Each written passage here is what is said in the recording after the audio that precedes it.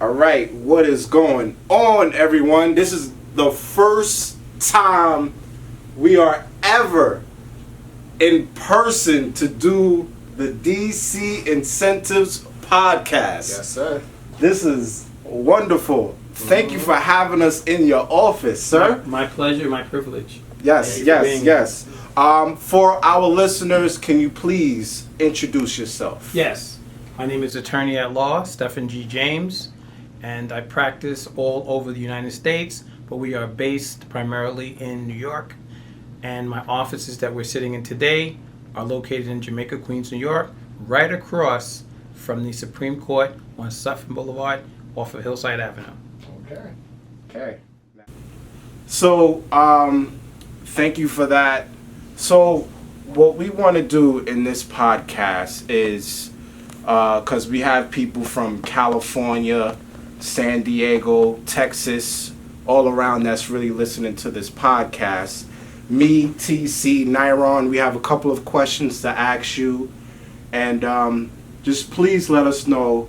If you celebrate Black History Month, happy Black History Month, even though it's the last month, even though we should be celebrating it every day, year round. I celebrate it every day. Absolutely. Yes. It's the last day of the shortest month of the year, and typically the coldest month of the year. Exactly. If you live in the Northeast, today's February 28th, 2021, also, which happens to be the Nation of Islam's Savior's Day celebration as well. And again, I celebrate Black History Month every day because we've been doing nothing but making history. Yes, that's right. It's time for us to tell our story and leave his story to him. Come on.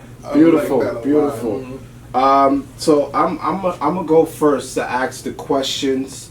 So talk about you're a criminal defense attorney, family attorney, real estate. Well, my first question I want to ask you, because I think, to me, especially as a black man, this is the most important question I wanted to ask is, for a criminal defense attorney, how can we as black men, and when it comes to the court system, the judicial system, we have no hope. So how can we have hope when we hire an attorney for, the evidence and what we go through, in the daily basis in America. So how can we have hope in the judicial system? Well, first of all, I think you've come to the right place for those type of issues here at the law firm of Stephen G. James and Associates, because I've been doing this in criminal defense work in private practice for 34 years, 2 weeks, and 6 days. And I can tell you that in those 34 years, 2 weeks, and 6 days, not much has changed. Many commissions by the government have been established to investigate, to study the criminal justice system, and they've all concluded the same thing, and that is that there are two separate, distinct systems at play. Always has been, and from what I can tell, as long as we participate in his story and in his system, always will be. Look at what happened, for example, just a very short, simple, but clear example for all with eyes to see, January 6th, 2021, 6 weeks ago. Primarily white, Republican, Trump-supporting vandals, insurgents, traitors embarked upon destroying, attacking the Capitol building. And they were called to arms by both the then President of the United States, Donald Trump, and his attorney, Rudolph Giuliani, who happened to have been a former mayor of this city, New York. And before he became mayor of the city of New York, he led another insurgency with police officers against the mayor, then Mayor David Dinkins, who was one of the first black mayor of the city of New York. And they were chanting it's Giuliani time and storming City Hall prior to him becoming mayor. And he was elected mayor on the foot of that, or on the heels of that. Okay? So this is back in the 80s. Now we fast forward 30 years later to 2021, 30 years or thereabouts, and he's inciting people, we all heard him, to riot, saying, you know, in essence and in substance, you must fight. You got to be tough. You got to make it happen. Let's go fight. And of course, following that speech, both by him and again, then President Donald Trump, who also is from this neighborhood, by the way. He grew up about a mile away from here on home lawn in Jamaica Estates. Wow. Nah, he's from Queens. He's from Queens. Yeah. He's from Queens. Right up the block.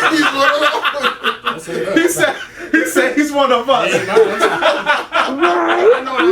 Well, it's my understanding that his dad in the 30s and 40s marched right in front of what is now my office, Suffern Boulevard, with the Klan. So he's not up and down these very streets when they were dirt road and horse and buggy, and you'll still see remnants of that just at the corner. When you guys leave, you can go to the corner of 90th Avenue in Sutphin, right here at the corner, and you'll still see the cobblestones from when they had horses and buggies on this street.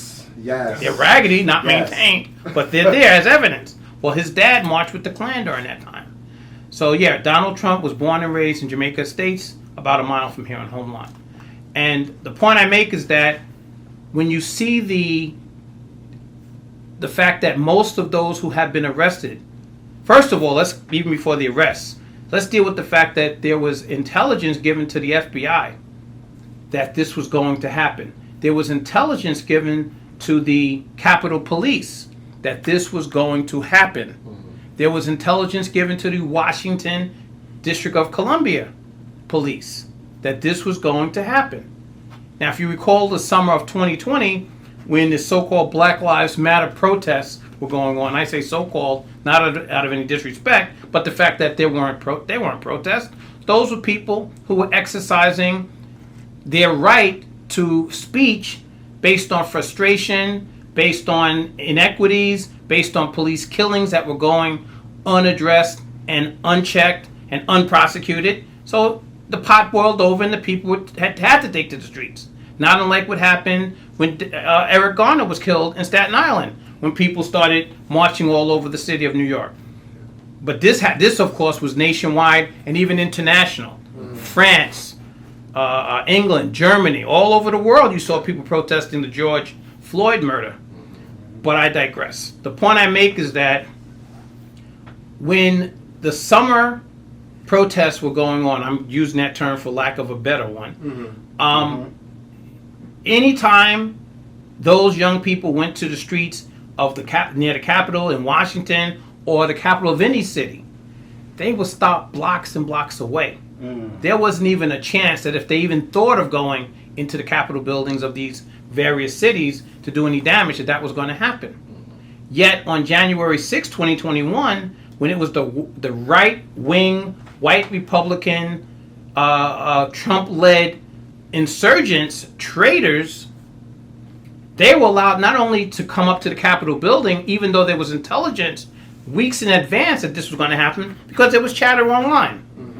But also, conspicuously absent were those three agencies, the FBI, the Capitol Police, as well as the local Washington, D.C. police.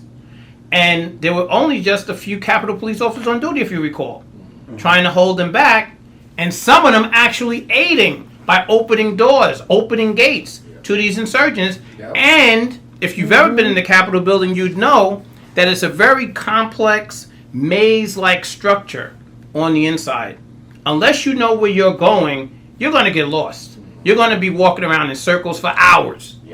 These people were not lost. They did not walk around in circles for hours. In fact, they knew exactly where they were going, even to the point of finding Representative Clyburg's office, which is not in the typical area where most of the senators or representatives have their offices. So his was in an offbeat location, and yet they were able to get to it. Speaker of the House Nancy Pelosi's office, they not only found it, they went inside and ransacked it. The point I'm making is that this smells and reeks of an inside job. How come those people, most of whom were not arrested at all, but why were they allowed to leave? You think you would have been allowed to just walk away and go home that day? Absolutely. Sleep it off, walk it off? Absolutely. Go on your sightseeing tour in another part of town? Like they were told to do? I'd be in a whole different bed. That's what You probably would have been stretched out and killed. Mm-hmm. That would have been a great opportunity to beat you to death, and yet nobody that looks like us would have said, oh, that was wrong. They would have said, well, why were you up in there?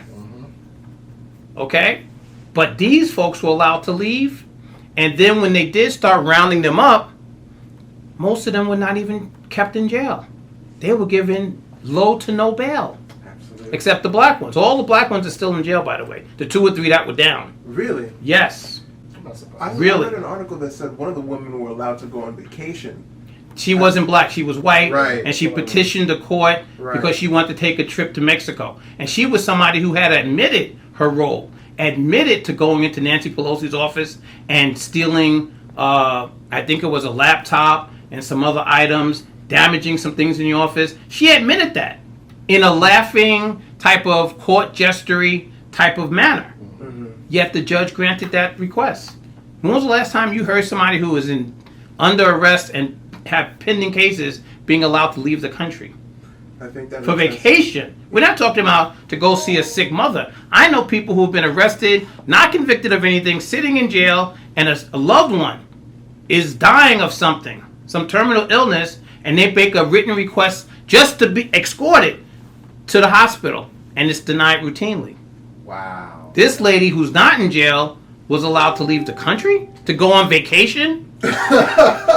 I mean, it's so this brings me. I mean, I can talk all night about this, but it brings me back to the original question, which is, how does a black man get justice and fairness in a system such as this? I think that's the gist of your question. Absolutely. And the point I make is that there's 2 separate systems going on, and you can see it just in that January 6th insurgency case versus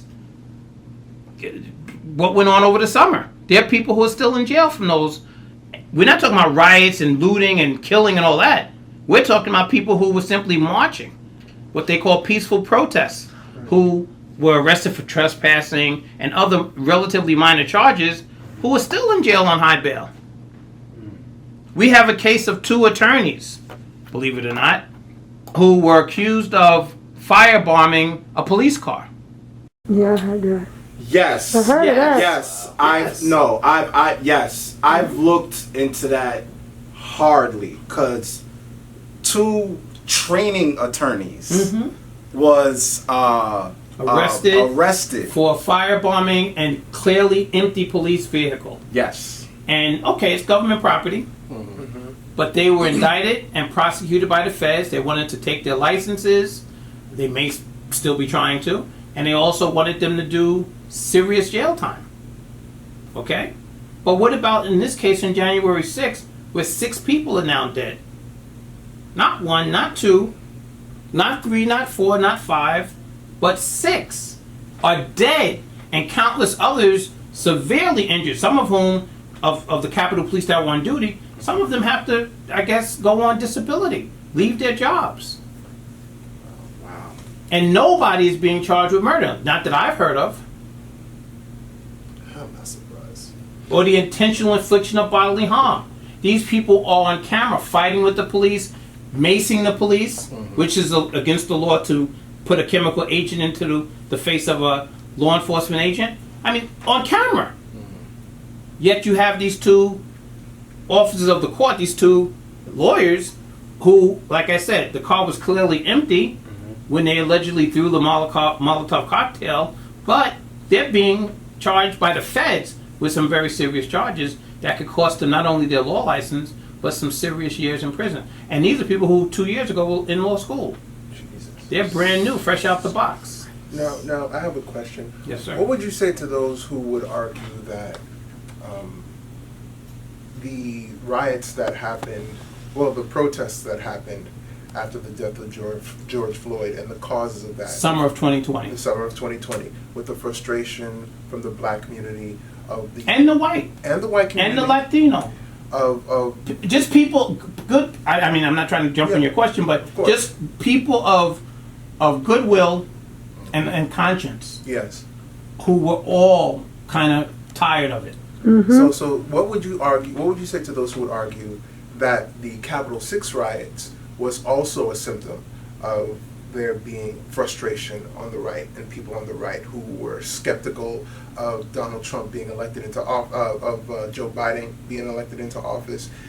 What would you say to those who would argue that that's a result of their frustrations? Well, it might very well be, but their frustrations were not born out of hundreds and hundreds of years of oppression, hundreds and hundreds of years of watching people who look like them beaten and slaughtered in the streets, Right. and nothing being done to stem it. The courts routinely not addressing those cowards who attack unarmed black men, women, and children, and other people of color. And then whenever they might have been arrested, in the rare occasions that someone was prosecuted, juries letting them go, or the prosecution being so weak that there was no choice for a jury but to let them go. Not unlike in the case of the young man who was shot at the Wendy's restaurant, the one who was stopped sleeping. Yeah. And then when he woke up, he cooperated with the police for 45 minutes till finally he got tired of it and started running home. They shot him in the back 8 times. Well, when that case was, and also Breonna Taylor. That's probably the most popular one of all recent memory, where Breonna Taylor was in her bed sleeping. And on some bad intelligence or misintelligence or just the routine abuse of power that the police often engage in our communities, went up into her house, shooting and firing away, killed her, injured her boyfriend, and then when the black-looking district attorney presented the case to the grand jury, he never presented the facts. He never presented, he's a Republican, by the way, a Trump supporter. He never presented all of the evidence. And according to some of the grand jurors who had an exceptional exception in this case where they were allowed to talk to the press, they told the press, look, we would have indicted these guys for murder, except it was never presented to us. He only presented enough information against one to get him charged with something along the lines of an administrative violation. Wow. So no one will ever be prosecuted for the wanton and a blatant murder of Breonna Taylor, because these DAs many times are in bed and in league with the police, and therefore they're not going to prosecute. And the few rare times when their feet are put to the flames, when an arrest is actually made, rarely as it is, it doesn't go past that point to where there's really a grand jury presentation that's legitimate, that's going to get these guys convicted. Yet, you can get stopped for spitting on the sidewalk and get indicted tomorrow. I did read that. That's very yes. true. I did read that law. I heard about yes. that. If you spit in the street, you do, yes. Yeah, and that's a real thing, and it happens to us all the time. Best I can. You know, look at the woman, Sandra Bland. Sandra Bland was in her car, driving slowly behind a police car. The police car put on its turret lights, the lights above the sirens and the red and blue lights. And so they were behind her, actually. So she pulled over to get out of the way, which is, I think, what most people would do. Well, when she pulled over to get out of the way, the cop, I don't know where he was going, where he had his lights on, but apparently he had enough time to pull her over, so he pulled over behind her, saying, "You changed lanes without signaling." Because she was probably startled, in a hurry to get out of the cop's way, to let them go about the serious business of policing. I guess she thought. Apparently he had enough time not to go about the business of policing, but to take up time with her. Well, she ended up dead that same evening in a jail cell. Yep. And they rated suicide, but it was about 1,000% believe it was homicide. Of course. And that happens all the time. But again, when you have a system where the district attorney's office, and I'm a former prosecutor in the Kings County DA's office back in the 80s. You see my stuff over there.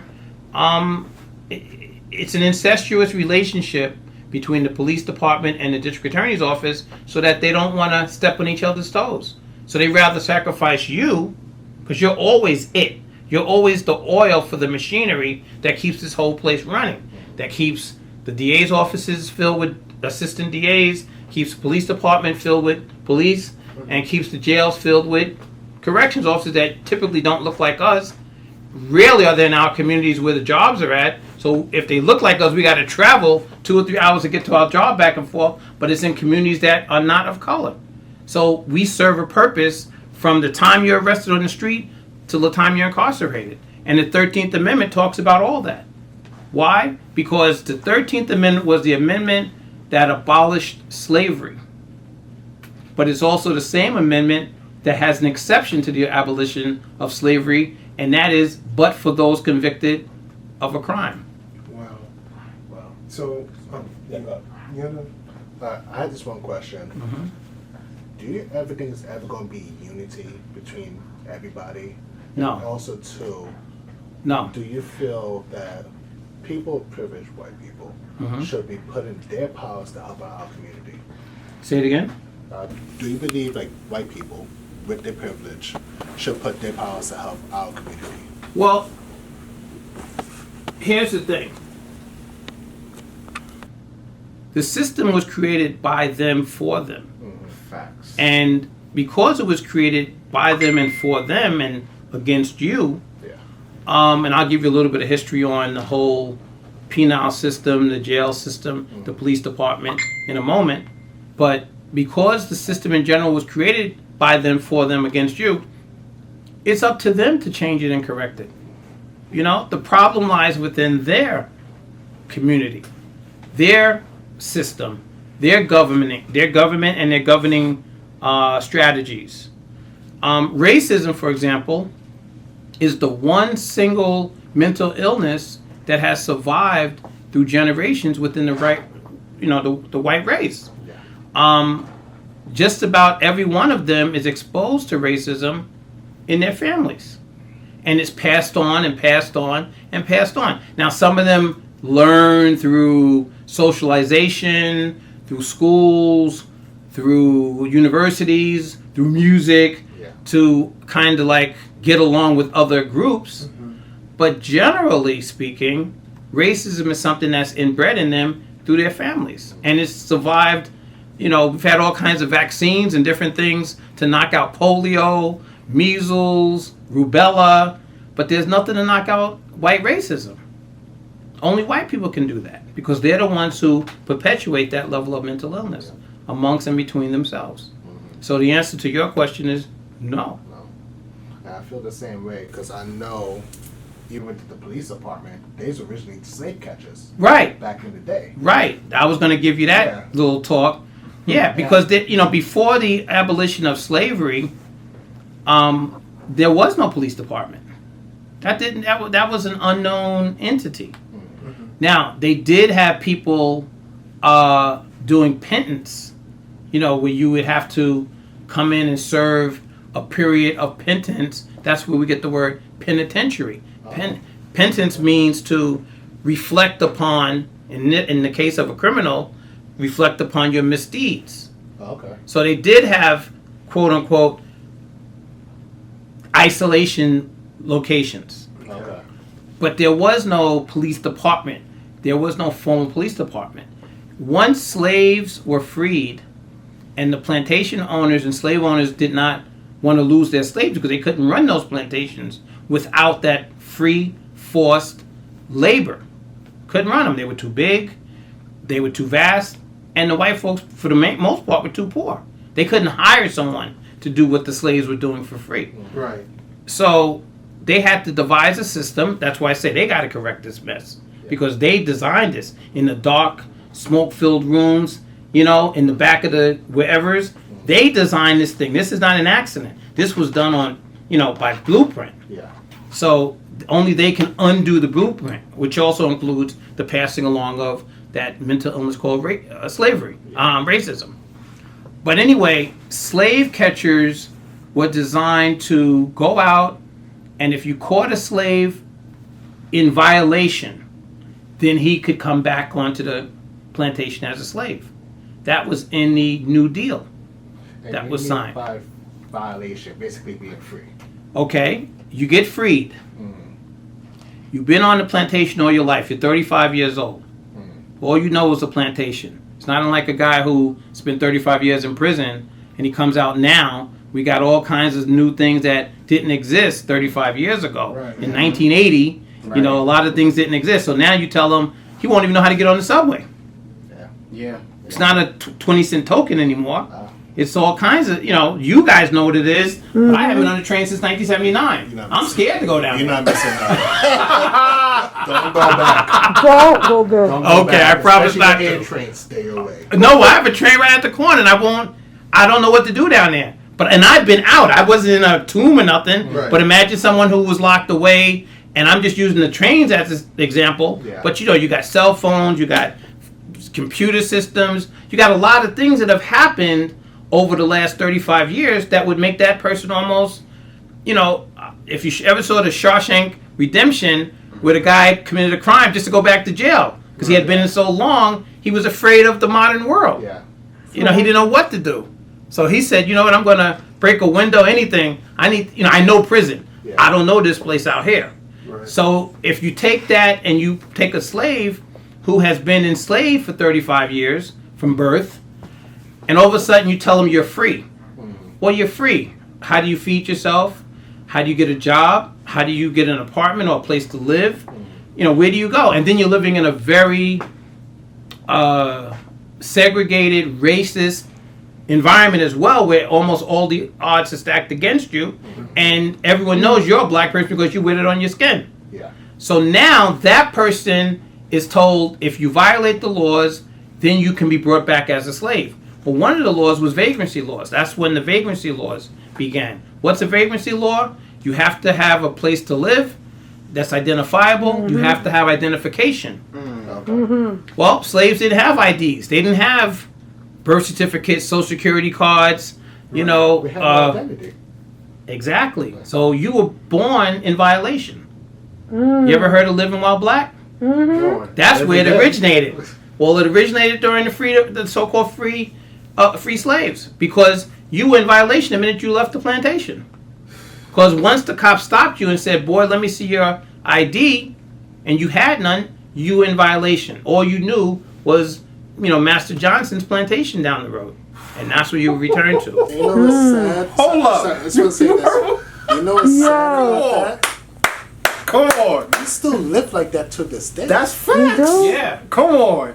Yes. That's heavy. Right That's there. heavy what you just said. Now we usually you throwing some, especially when you talked about Donald Trump and his stone cold supporters. Right. As an attorney, you throwing blows. Yeah. Well, this is all I know.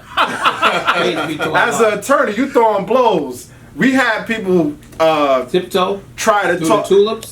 We had people try to talk about, you know, about Martin Luther King assassination and we was like, hold on, that's a heavy topic. Right. But you as an attorney, you like, listen, I don't care. I'm going off. UFC. Yeah, You ready to box? You ready to box? Right? That's what I'm saying. So, how can we as black people, when we get pulled over by a police officer, how can we handle ourselves? The only thing I would tell you is this. Is this camera live? Yeah. Oh, it's nothing live, but we're recording. Is this camera on? That's right. Yes. Okay. So it's live. It's Yes. not that it's not being broadcast Yes, live, yes, yes. but the camera's on. Okay.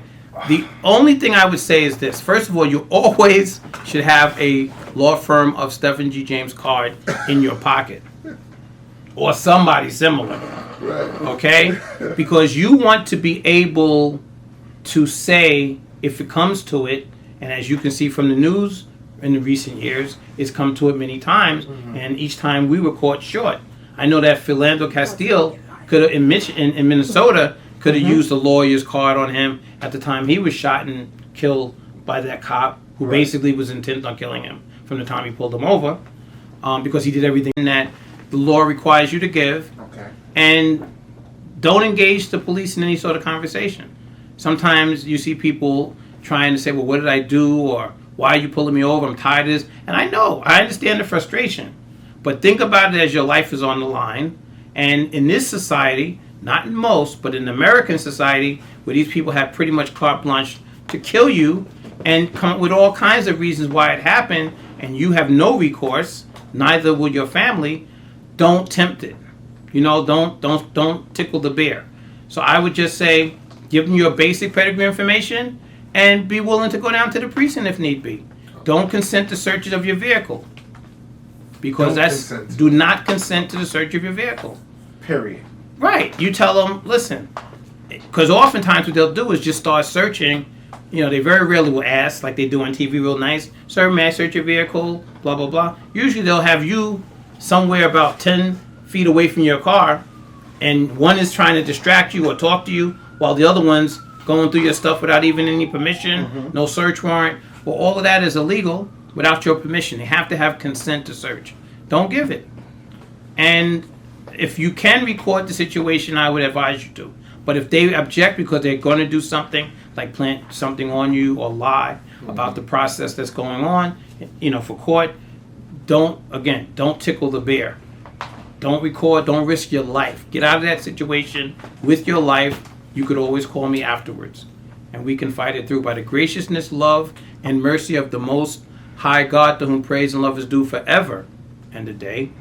We haven't lost a case, a trial, since 1994. So, and only 3 in the whole existence of our operation. So, save the day for us if you can. This is what I want to really just touch base of what you just said. You said, after that, call me after. Right, survive it. That has to be the aim and goal, is to survive that encounter, because look at them as a very hostile, evil intended perpetrator. Yeah. This is a gang that's out there, masquerading as human beings. Ooh. No, I have a question. Masquerading as human beings. Hold on, Nyron. You see, I just want our listeners to get very educated about knowing laws, getting if they get violated, and by their rights and everything. Right. I want the purpose of this podcast is for them to be educated know your rights on things and know your recourses. Yes. Yeah. Yes. So after when Nyron asks his question, for our listeners, how can they know about penal laws, national law, and how can they know, if when they be stopped, when police officers ask, where you going? What questions must you answer? Yes. What questions must you say? Hey, yes. I'm not prepared to answer that. Right. And also too, how to handle the police if you have a family with you, your kids, your wife, whoever. How do you handle that situation? Is that after his question? Yeah, after his. Oh, okay. Sure. Well, after we discuss the history of the police force of the United States of America, what do you say to those police officers, because I know a few of color who do a great job, but started out in a system that was designed to oppress people of color in the first place? How should they conduct themselves? How can they change the system from within? Well, I knew an officer when I was an assistant district attorney. He was a young officer, became a sergeant, and now he's the Brooklyn Borough president, and he's running for mayor, Eric Adams. He was involved with an organization called 100 Black Officers Who Care. And what they did a lot of times would dispatch officers to scenes like shootings and racial things like that we've experienced through the years in New York, and try to be the internal eyes, meaning internal within the police department, eyes of how certain cases were handled. So that's one way that they can be effective. But I've often seen officers be exactly the opposite. They become part of the problem instead of part of the solution. Many of them are afraid to speak out. They suffer harassment, abuse in the precincts, in the locker rooms, amongst their so-called buddies and peers, so that, and they don't want to speak out, because if they ever find themselves in a danger situation where they need this person to cover their back, Now, who knows whether that person will get their back or not, regardless of how they behave, but they don't want to have that angst, that anger, that pissed off crowd, going into a dangerous situation or a empty building, so to speak, not knowing if your partner's going to get your back or not because of something that you did or said back at the precinct last week, last month, or last year. So they're in a very difficult situation many times. And some of them simply just take the job for a paycheck.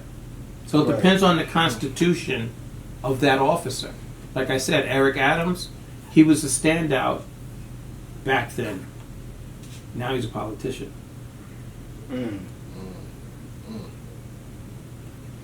So yeah, I mean, I guess you can go back to addressing that question. I'm sorry, every time you say something, it's like a heavy blow. Yes. You know, like, yes. So it's like every time you're like, boom, boom. I'm just like, Boom. okay, But there's no need to apologize. You're good. This is what the podcast is all about. Yes. You have to be Being honest. and you Right. you have to be honest. And one thing I'm loving is that the unapologeticness. That's what I'm loving. You're not sugarcoating. Yeah. You're not sugarcoating anything. I got diabetes. I can't sugarcoat it. Bars, bars, No, I really appreciate the bluntness. bars. Absolutely. Yeah, that's funny, yeah. I mean, I guess that comes with the age. But I've always, if you go back to some of my cases, the Godfather shootings, which led to movie theaters having sensormatics, the bias attack in Queens where a mob chased a group of young people out into the street and they got run over on the Cross Island Parkway, back in the Belt Parkway back in '88, I think that was. The murder of a young black woman in a Korean grocery store. Just so many cases. I mean, some cases that not even on the wall that I've done, and that's going back 30 years. So I've always been, the type of person and the type of lawyer, and the reason why I became a lawyer is because I knew what we were suffering. One of the first cases I can remember was the Clifford Glover case. I was 9 or 10 years old, and he was 10 years old, and he was shot in the back by Robert Torsney as I was heading to church at Mount Zion Baptist Church on Union Hall Street down the block from here. And, cases, and Torsney got off because he claimed that there was some sort of syndrome where he went into shock at the time that he pulled the trigger and shot this 9-year-old boy in the back, mistaking him for an adult. Not that that would justify it, but he certainly wasn't indicted. And that, from my perspective, began a long list of police shootings that went pretty much poo-pooed, unaddressed. Good shot, good shootings. Wow. So those are the things that inspired me to get here. And I didn't get here to sugarcoat anything. I came here to fight and win. We need people like you. Because Absolutely. even like the Trayvon Martin case, Right. Zimmerman just shot homeboy and he's living life like it's not happened. Not only not like there's nothing happening, but he, like a guy named Tekashi 6ix9ine, is glorifying in what he's done. Yes. So Some true. people say that they both should be shot or hanged at high noon, in the town square. But they're one makes snitching look like a good thing. Now I'm 60 years old almost, so to me, I'm coming from an era where snitches truly got dealt with. Right. And they weren't making songs with rap stars, and people weren't messing with them for clout, and people weren't getting with them and glorifying them and allowing them to disrespect the dead Nipsey Hussle, spitting on his grave in L.A. Even snitches themselves were ashamed. They wouldn't even look at themselves in the mirror when they shaved. But this guy turned it into a cottage industry. Yeah. And meanwhile, he's doled out 75 years over the course of the different people whose lives he's ruined, some of whom are in jail for doing things at his behest. Yep. And 2 guys looking at life, waiting in the What? wings. Yeah, based on his testimony. At life? Yeah, 2 of them. So, and that's the snitching part. Then you got the other guy who's George Zimmerman. Yeah, George Zimmerman. He sold a gun got a $500,000 Sold for the it gun at that he, That you he know, shot. And signing Trayvon Skittles. with. Yes. He was out here signing Skittles like it was perfectly fine. Like Yeah. he's a celebrity. He's Yeah, a celebrity. exactly. Right, Absolutely. he's a celebrity Which I don't get. with the Fox News crowd. You already know about Fox. That crowd that stormed the Yeah. Capitol on Yeah. Yeah, we ain't January even dealing 6th. with Fox. Forget That's his that. crowd. Fox You get the News. sense that Fox Yeah. News. Bye. Mm-hmm. And you get the sense that the same crowd that stormed the Capitol riots are the same crowd that would have bought the gun from Right. James Somebody from that crowd would have auctioned that up. Well, listen, when Zimmerman was even going to trial, he got like $1 million on a GoFundMe page. Yes, he did. Yep. So where did that come from? It didn't come from you and me. It came from that Exactly. crowd. Wow. And he had the support of certain senators and others at the time in Florida who thought he did a noble act. But due to his family being in the justice system. In the judiciary, right? His father, his adopted, because he's adopted. His adopted father was a judge or something. But I don't even think there was only that. I think he would have got that support anyway. Anyway, He's in yes. Florida. And he did what they want him to do. He took out a young black male. No reason at all. And was found not guilty. And I think that the prosecution was half-assed too. Yeah, Because if they wanted to, they could have got a conviction. My thing is how you're on the record to telling you don't go and engage the boy, and you do it anyway. Right. Right That- away. come Anything on, that you happens should have been after convicted that, right then and there. Absolutely. anything yes. after that is your culpability. Yeah. How was he found not guilty? He was told by the dispatcher, don't engage him. And he didn't get the advice he wanted, so he did what he wanted. He's going to do it anyway. He was going to do it anyway. And And made then he's profit. armed, and he kills the child. And now he's living life Like a lavishly. celebrity, right? How does that happen? How does that happen? That doesn't happen in the 60s and 70s.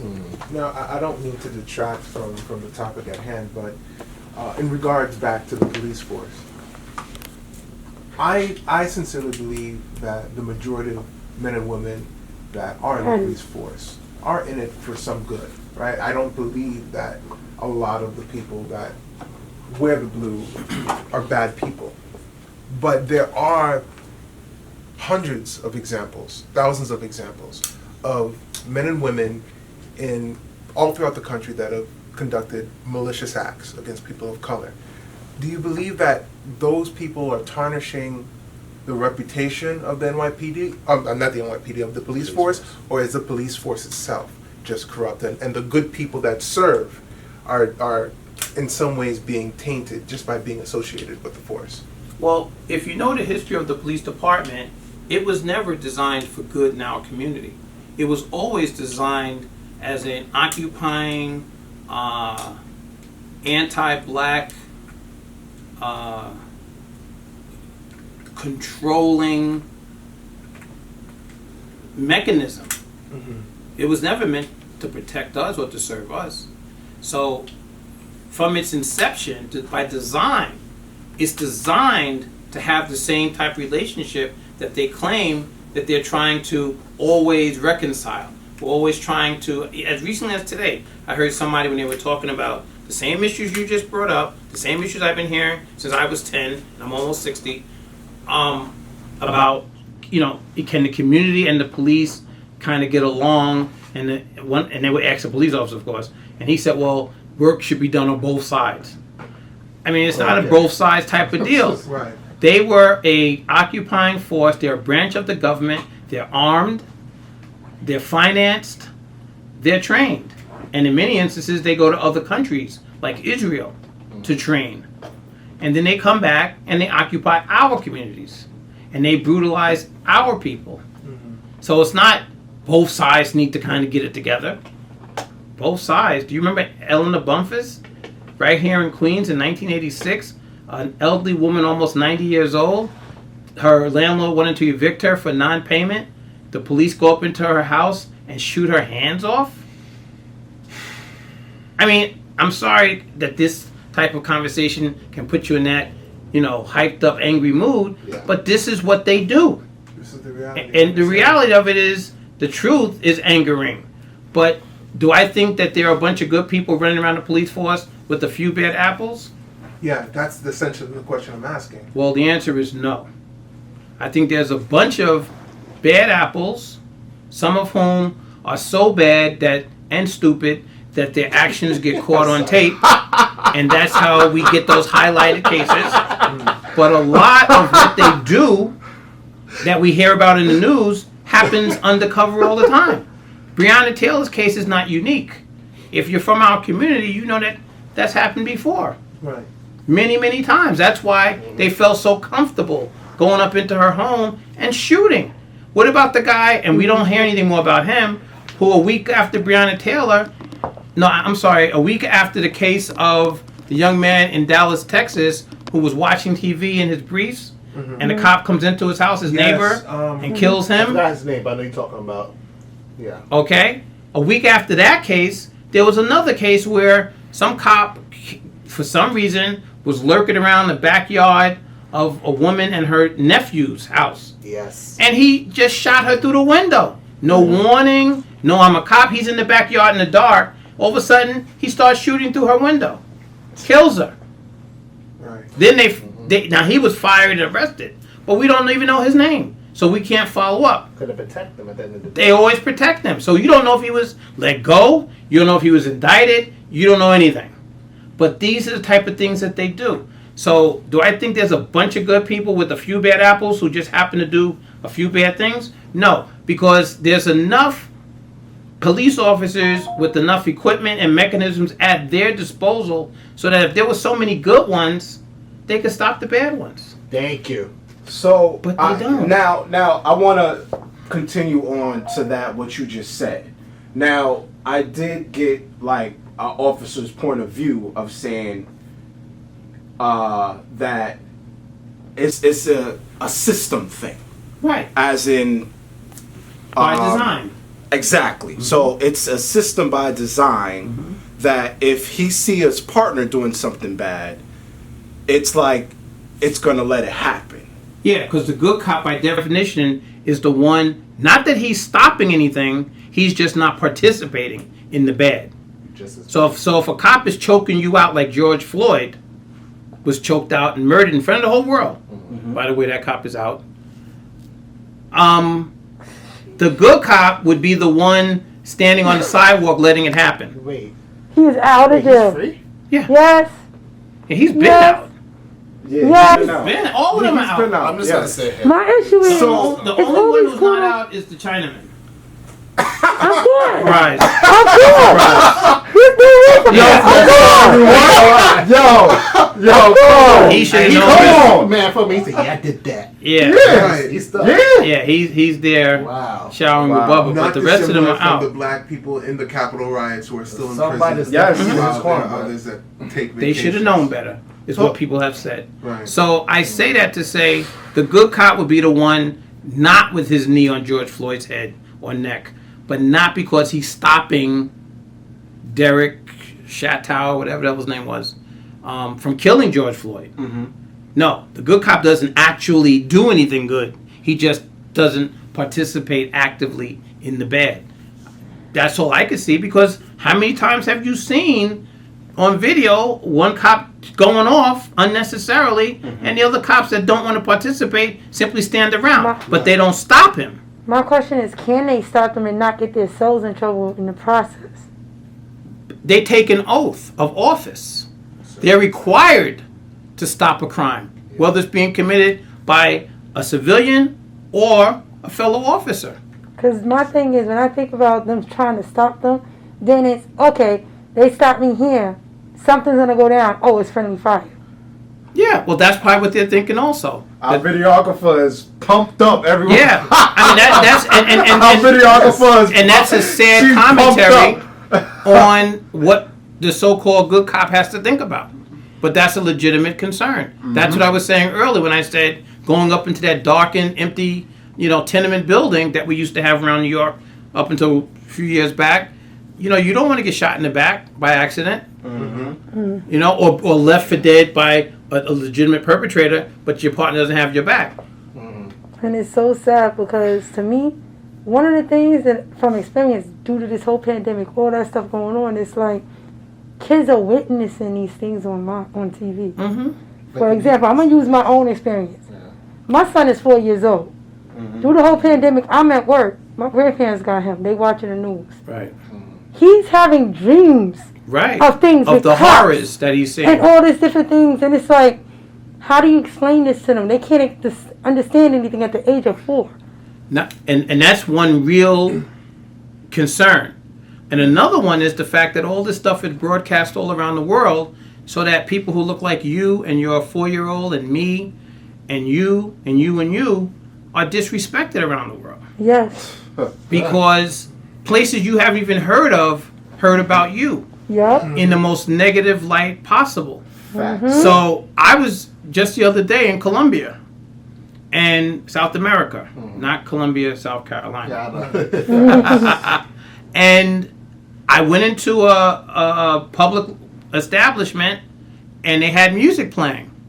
And the most prominent word in the songs was the N-word. And this is an environment where nobody speaks English. But everybody knows the N-word. Exactly. And not only that, it's due to the fact that, like, they were programmed like that. See? As in, when we say they, of course we mean biased white people. Right. When you say they were programmed, I think they're doing the programming. Absolutely. Absolutely. Yeah, yes. I mean, The older people in there. We're talking about the racist white people. right, Yes. who control the world. Yes. I mean, I can tell you this. See, your 4-year-old seeing those things on television is horrifying. But people around the world are becoming immune to seeing it, so that when something bad happens to someone who looks like you or me or us, it doesn't register the same.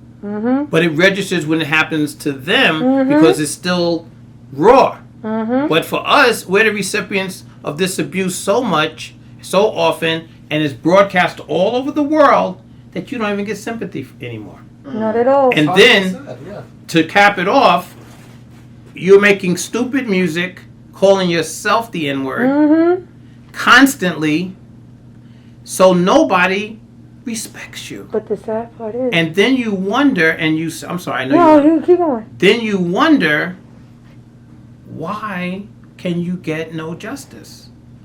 You can't get justice until you give yourself justice.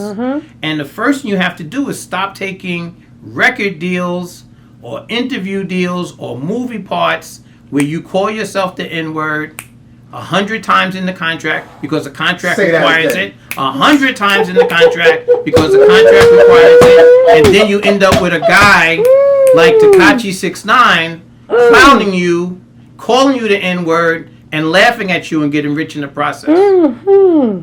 Say that You again. did that to yourself. Whoa. Say that again. Now, is the real problem also economics? I'm talking about money. Yes, you are. Well, I think one of the problems is there's a guy out there, I won't say his name, but he did it enough for himself. He's a rapper who's running around these days with a $24 million jewel in his face. Little Uzi. The Avenger. And The hot mess. You call them the Avenger TC? The hot mess. so that's This not is a problem. heavy episode, That doesn't sound like a problem of money. That sounds like a problem of ignorance It is. and stupidity and self-hate. If this guy has $24 million to put in probably a $5 million jewel, because I'm sure it's not worth $24 million, and then stick it in his face, does he realize that Jeff Bezos, who's the CEO of Talk about it. Amazon,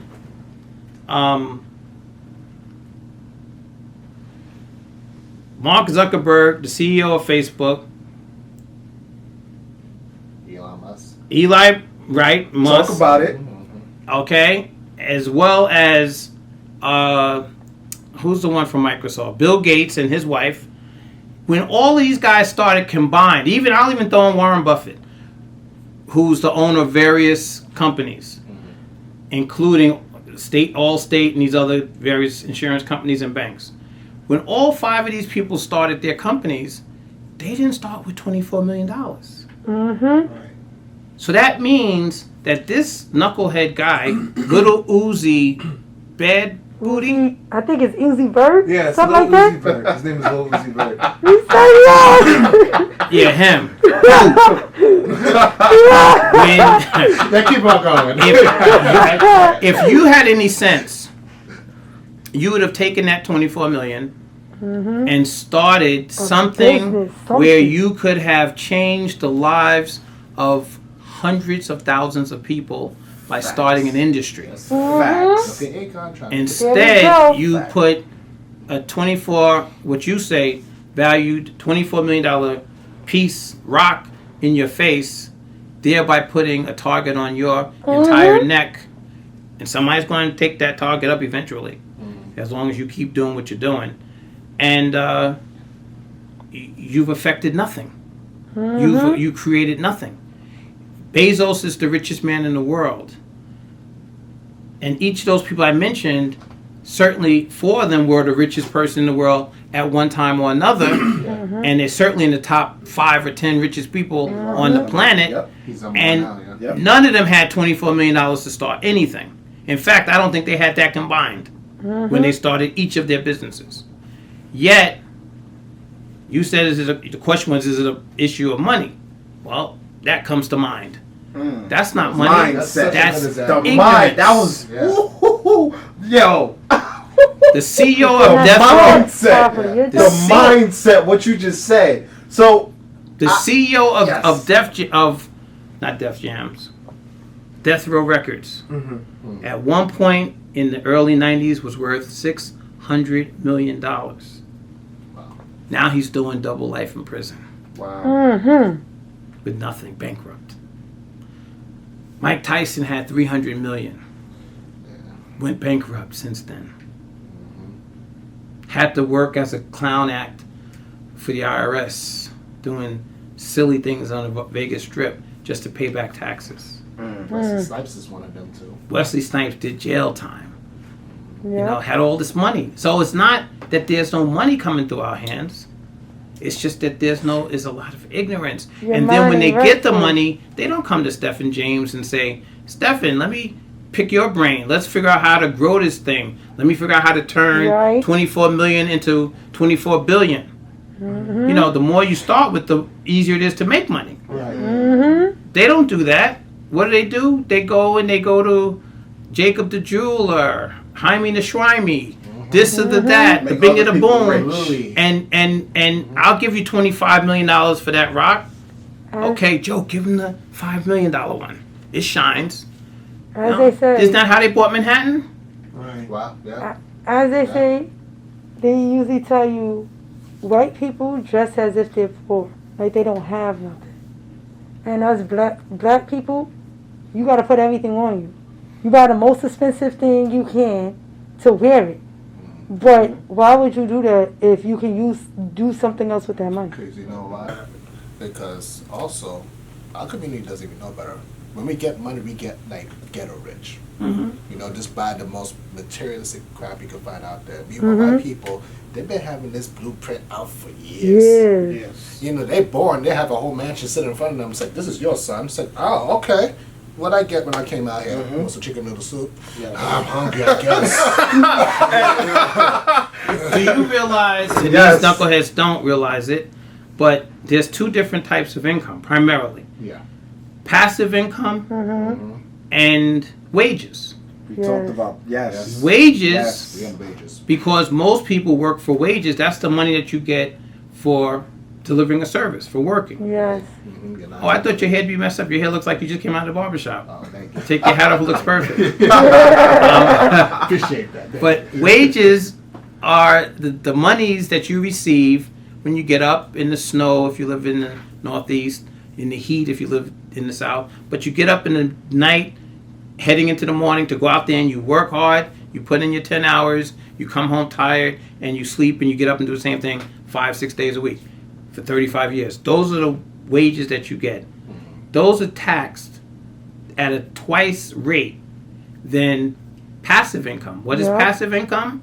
The money you get from investments, whether it's stocks or real estate or other types of investments, money that comes from you not having to get up and go work for it.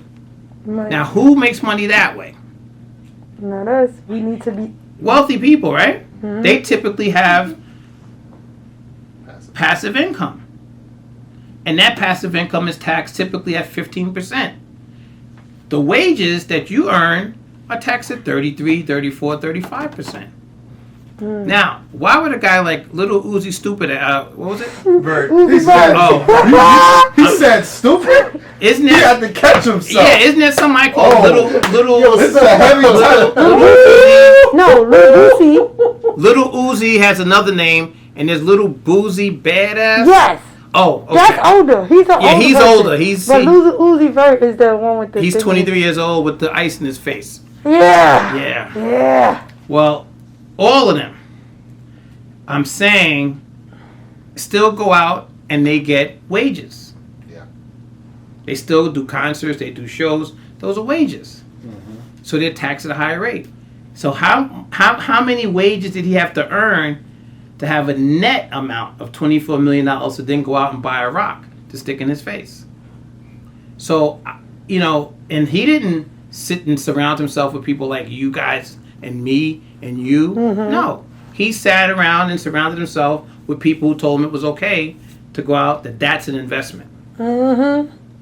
And we know that that's not an investment, no more than a Rolls Royce or a Bentley or what are the stuff they like to drive? All this. Yeah. Porsches. Yeah, Porsches. You're all out. What's the Everything. one? The Maybach, the Maybach, whatever the latest rap song talks about. Right. Okay? Those are not investments. Those are depreciating assets. Those lose value from day one. Once you drive off the lot, that's it. Right. Yeah. But yet, Pretty much. but They're yet, not houses. Cardi They're B and Offset. Offset have some $25 million house somewhere in New York that costs them about $100 million a year to maintain. I mean, this is where we're at.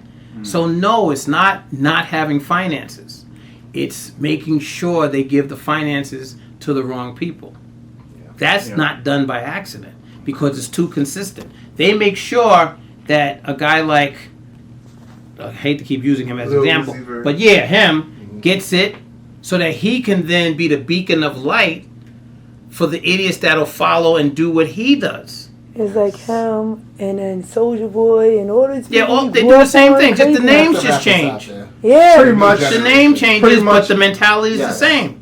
And in the end, they're broke. I don't care how much they had. there. Yeah. yes. So, like I said, Mike went through 300 million. Suge went through 600 million. They need somebody in it, somebody to actually show them. But they're never what you should do. directed, They're not gonna look at and they're never going to. They'll never come and talk to me and get financial advice.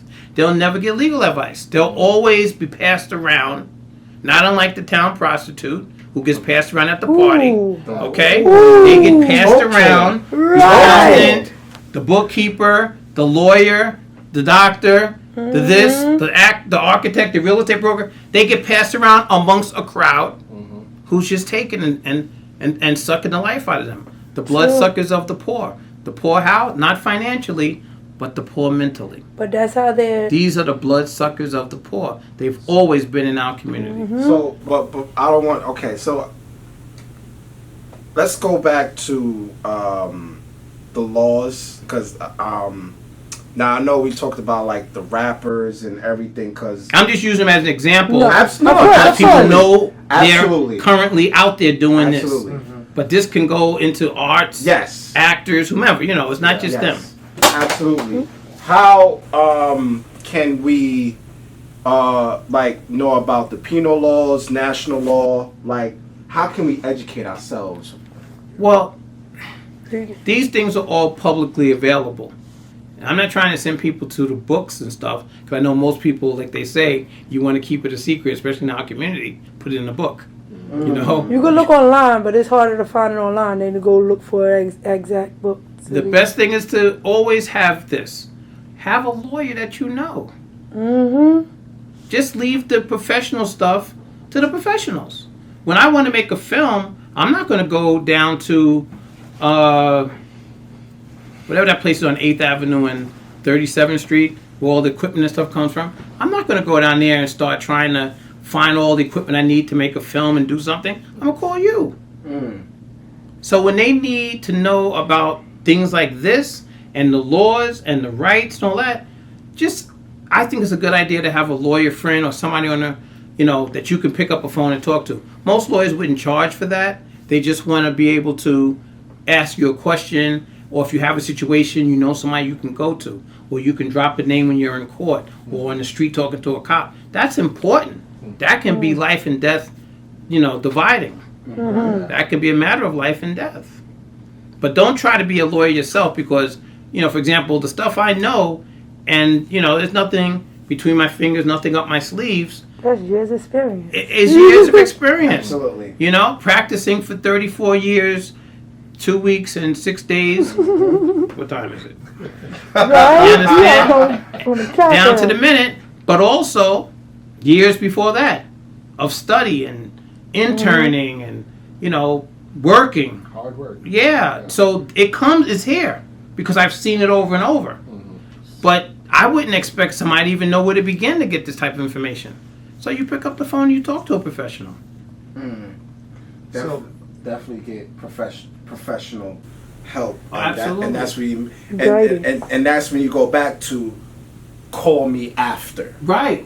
Call me after, call me during. I have some clients who've been my clients for 30-something years, and they've often called me at the scene. The scene of. All right. Okay. Stop something crazy from happening.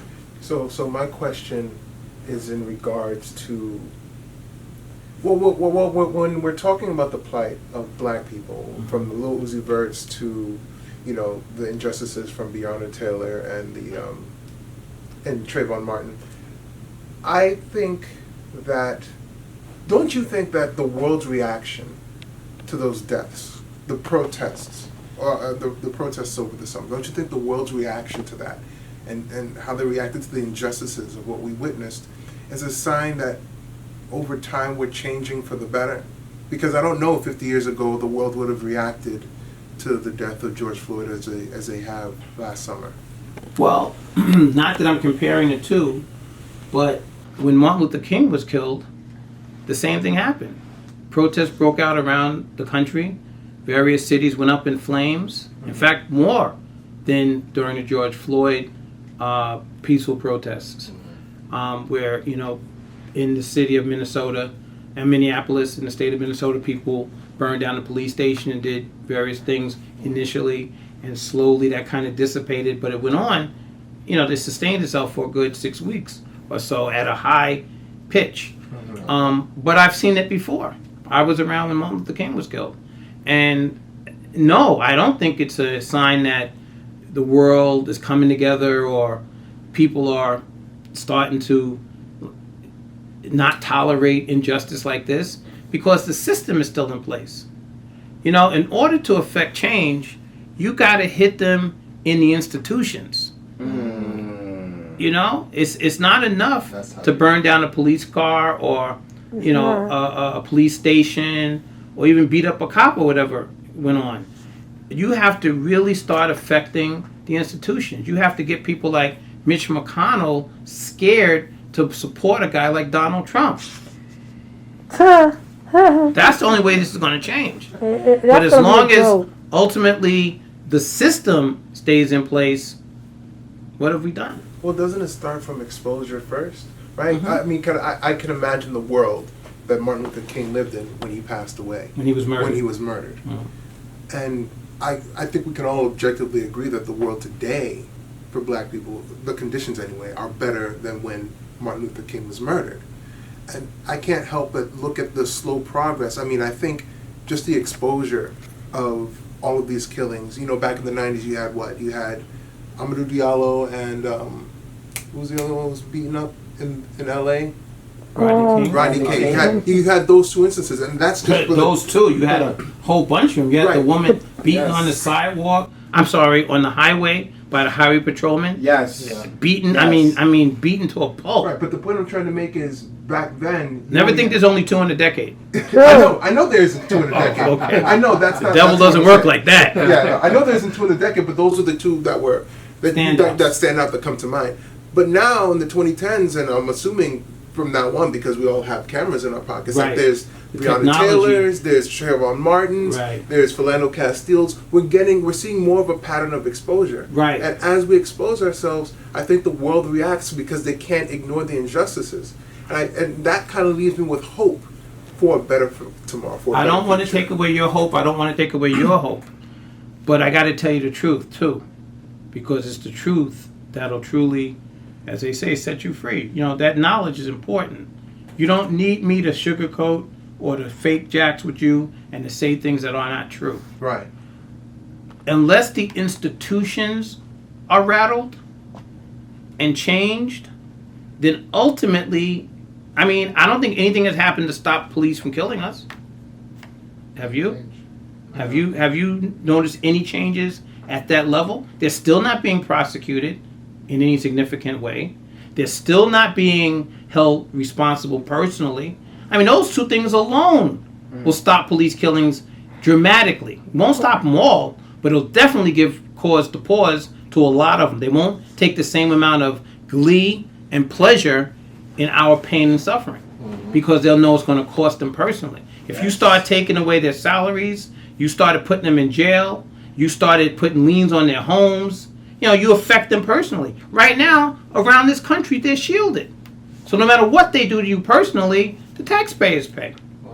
Yes. Yes, that's true. If every time I Yes. punch you in the nose, brother pays for it, Rick gets to pay for it, she pays for it, then what's going to stop me from punching you in the nose? Absolutely. My question is, what is it that in uniform or without or out of uniform is why is it that they feel that they can do anything and everything they want? Because it's like either way you look at it, they're just because it's like there's nothing there happening. is no accountability. There's no sanctions. When the police, like I said, I punch you in the nose, he gets to pay for it.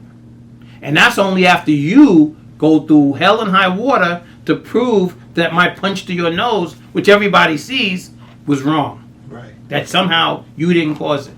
And if there's the slightest inkling that you might have caused it, then he doesn't even have to pay. But couldn't you? But I never pay. But my question is, couldn't you see the exposure of all these atrocities as the first step towards? But I already told changing? you, these are basically the people who are committing these atrocities are savages masquerading as human beings. And we agree on that. I So completely agree. you're appealing to a human nature. You're appealing to a sense of, oh, I've been exposed, so I better chill out. I better at least stop it because the whole world is seeing. Nope. They don't have that. They don't have mechanism. to. I just want to mention one That's thing, not too. part of their It's like you're a psyche. human being just like everybody else, but I you just wanna chose that mention- job. I want to mention one thing too. The only reason why George Floyd's case got a lot of attention also, coronavirus. Yeah, everybody was home Pretty watching. much. No one Everybody was ever had watching. no choice but But to see to, that. but to see Because that. trust me, if that virus didn't come around, Yes. George Floyd just got killed, Yep. and we've been living our lives still. Because Right. Pretty this much. happens all the time. Pretty Right. much. All the time. And he's out. I know people who have been charged with nickel bags sales. Angel. That's And they're crazy. still in jail right now That's for nickel bags. Yeah. That's $5, y'all. And this Fi- guy murdered George Floyd in Yes. front of the entire world. And not only did he murder George Floyd in front of the entire world, but the entire world reacted to it in a negative way around the world. This guy caused riots. His name is Derek Chauvin. He caused riots around the world.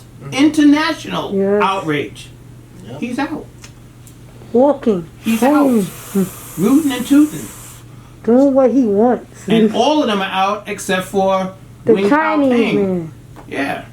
And of course that's the closest to what? Person of color. Yeah. So I want to go to where you said about punching someone in the face. About like, so I think, and I've been saying this for years, that if a officer did something as a violation to someone, then his own insurance, or it should go to his paycheck. Right. His paycheck or his insurance Right. should pay for the damages. Absolutely, except there's laws against that. That's the problem. The police union, the PBA, around the country, Yes. is probably the strongest union on the planet because they've worked out an arrangement where their officers are killing people, slaughtering people, maiming children, maiming women, doing all kinds of stuff with impunity, personally, without any personal liability. Wow.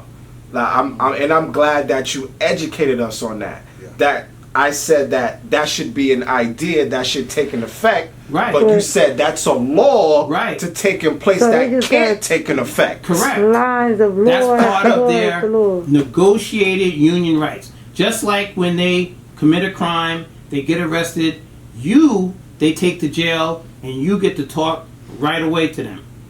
The cop gets 24 hours to think about it. Wow. So everything is just a suspension. That's it. No, he gets 24 hours to huddle with his legal team and decide if he should even make a statement, which is why most of them never do. So the system is already geared and designed and skewed in his favor from the beginning to the end. Don't you remember the girl who shot the brother in Dallas? Yes. Went into his house, Amber Geiger. killed him? Yes. What was her name? Amber Geiger. Yeah, her name was Amber Geiger. Yes. Well, she wasn't arrested until there was like an outcry. She was arrested like a week later, maybe 2 weeks later. Yep. Meanwhile, she's huddling, figuring out her story, talking to other cops. You follow what I'm saying? Yes. You do that, you're going right from the scene. There's a similar story too, what happened last year in Georgia, where Ahmaud Arbery, similar thing. Oh, people had to practically protest just to get these guys arrested, and they weren't even cops. No, They were just good old boys. there's like vigilantes basically. Right, and they were good old boys who knew the local sheriff and DA, Yep. and they had poo-pooed the case. It took somebody from the GBI, the Georgia Bureau of Investigations, to come in and say, no, we're going to have to arrest these guys. So before we get 6 months later. So before we get into all of that, can you this is for our listeners, please give us the steps of when you sue someone or a police officer or a union or a department. How does that process work step by step? Well, like everything else when it comes to the police and the government, there are mechanisms that are already in place to protect them from the beginning. So whenever you have a civil lawsuit against the police or police department or a police officer or a town or municipality, someone associated with government, Yes. you have to give what is known as a 90-day notice of claim. Now, that 90-day notice of claim, if you fail to file it, you have no suit. What is that? That is to say within 90 days of the incident, you have to file notice with that municipality that you plan to sue. It's a formalized document, but it basically informs the municipality, gives them notice that you're going to sue them based on an incident that occurred on such and such a date, such and such a time, and rough example of what happened, a little description. And most people don't know about that. So if you fail to file that notice of claim within the proscribed 90 days, then your claim is out. Wow. Then in New York State, you have a year and 90 days from the date of the incident to actually file suit. Now that's when you're suing under those circumstances, the municipality, government agent, or agency, a police officer. Now, somebody's suing you, they get years. And they don't got to give you any notice. You'll get the notice when you get the summons and complaint. Wow. But the average man, it takes only 90 days before you... No, when you're suing the police or a police officer or a government agency, you have that very strict guideline. When someone's suing a private citizen has none of those protections. So my question is, as far as the union goes for the police officers, how can people begin to try and see if those laws can be changed for the police officers, where they can be prosecuted and all these different things. You have to start by getting in the mayor's office, getting people who are serious to become the mayor, city council. Those are the areas where those laws are changed. Otherwise, they're just perpetuated because the unions negotiate these deals with the mayor's office and with the city council. One reason, you just said one reason why to vote. Correct? Right. Basically, Okay. and everybody go, Please oh, you continue. shouldn't vote. Right. Please Go. You have to affect the change in the powers of the mayor. Yeah. And of course, that is an elected office, and everything that comes with getting into elected office comes back to voting, and who's running is important. A lot of times we might know who's at the top of the ticket, who's running for president, who's running for governor, who's running for mayor, but we don't pay attention to who's running for sheriff if you live in a town with the sheriff, or who's running for judgeships. How many times do we see judges on the ballot You just and it's a Democrat? and Shh. That's It's a bit- and we don't know. Don't even know who it is. And And then- exactly. And then that's the person in there rocking our world as a community. Judy Shineland. Yeah. Rocking our world. So, yes, it does come back to the vote to that degree. So, It's all connected. so 40, 50 years from now, you don't think the world will be a better place? I hope so, but his time is up, and he knows it, and he's not going to go peacefully. It's written. Now, I'm a believer in Revelations, and you told me you were a Christian Yes. at one point. So Revelations is the last book of the Bible. And some have said that we are living in Revelations now. And Revelations teaches us that in the final days, when his time is up, his 2,000-year run is at the end. And at the end, what is up is now down, what is right is now wrong. There'll be wars, rumors of wars. Children will turn on parents. Parents will turn on children. There'll be waves of pesticides and pestilence and disease that we never heard of, COVID-19, and all kinds of stuff. It's all written. And one of the things that's written, if you believe Revelations, is that these are his last days. He's not going to go down without a fight, and he's going to try to take as many of us with him. So I don't see a peaceful, kumbaya ending here. I see it as a fiery, bloody end, just the way it's looking. But he's not going to give up this power easily. Well, to harp on that point, how has, before we started the podcast, I asked you about your faith, and I assumed you were Muslim because of your diction, and all praise be to Allah. All praise is due to Allah. All praise due to Allah. But you told me you were Muslim, Christian and a Jew. and a Jew. Can you elaborate on that? Hindu, Buddhist. Well, being that I am made in the image of God, and I am the original man from whom all others come, so were you, and so was sister. In fact, she's the second self of God, because after God made us in his image, he made the woman, the black woman in particular, not just any old woman, but the queen of the earth, the mother of everyone. So, because all of these people flow from us as their parents, as their mothers and fathers, it is our duty to know what our children are up to. If you look at the Bible, you look at the Quran, the Torah, none of those books talk about Christian, Muslim, Buddhist, Jew. They're not in there as a religion. Even the word religion is not in those books. Those are things that were created by man after the prophets came, after Moses and the Torah, after Jesus and the gospel, the Bible, after Muhammad, peace be upon him, and the Quran. So, because those books are supposed to be the actual translations of the words of God in the various parts of the world, those different religious titles are made by man.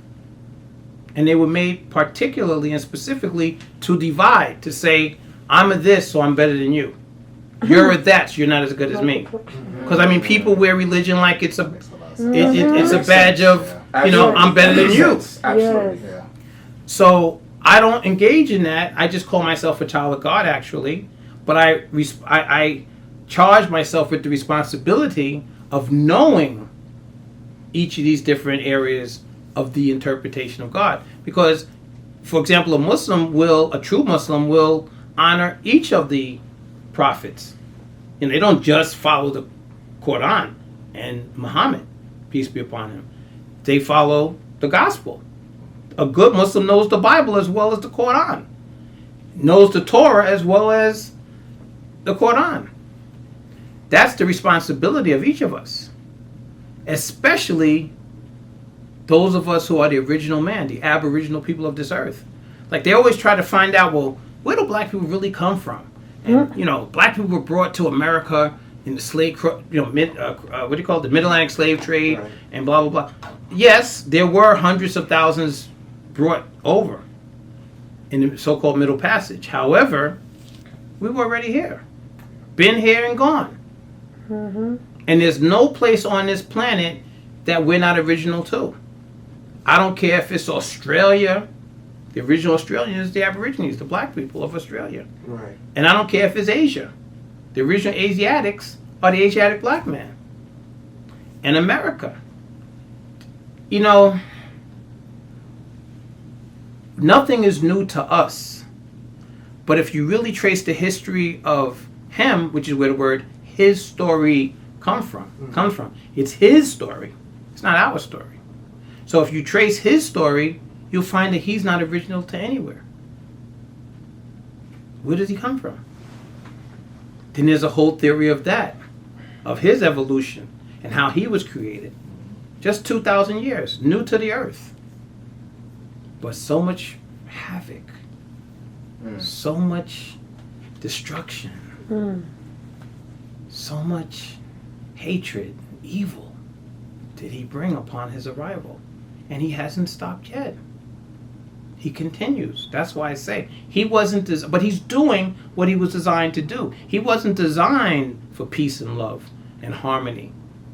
When he doesn't have us to attack, just watch the news. Look at his history. When he's in places where they all look alike, then he divides himself among religion or among ethnicities. You know, what part of the region are you from? What part are you from? And then they fight over that. So it's not just about getting you. It's about his nature. And his nature is to search, control, and destroy. Divide and conquer. But always destroy. That's always the base of his whole agenda. He has to have somebody that's it to be destroyed. And that's what he's done. He's annihilated the Native American. He's annihilated people around the world. Now you have this deadly disease that he's unleashed on the planet since the year before last, 2019. That's why it's COVID 2019. And it killed our loved ones. Yeah.